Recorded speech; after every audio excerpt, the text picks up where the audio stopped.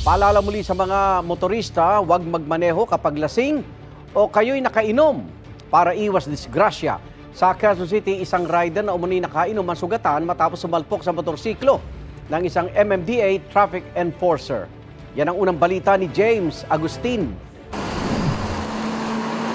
Nawasak ang harapang bahagi ng isang motorsiklo matapos sumalpok sa isa pang motorsiklo sa Congressional Avenue Extension sa Quezon City mag-alauna kanina madaling araw. Ang 31 anyo sa lalaking rider nagtamo ng mga sugat sa mukha. Nabangga niya ang motorsiklo na minamaneho ng MMDA traffic enforcer na may responde sa lugar. Biglang may dumating na napakabilis na motor.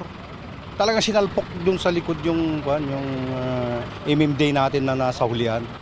Ginawa niyang preno, parang ganon. Kaya tumalsik siya dito. Yung enforcer natin, napaupo nga siya eh. Hindi na nakuna ng pahayag ang sugatang rider na isinakay sa ambulansya para mabigyan ng paunang lunas at madala sa ospital. Hindi naman nasaktan ng traffic enforcer. Ayon sa mga taga-barangay, aminado na kainom ang rider na pauwi na mangyari ang aksidente.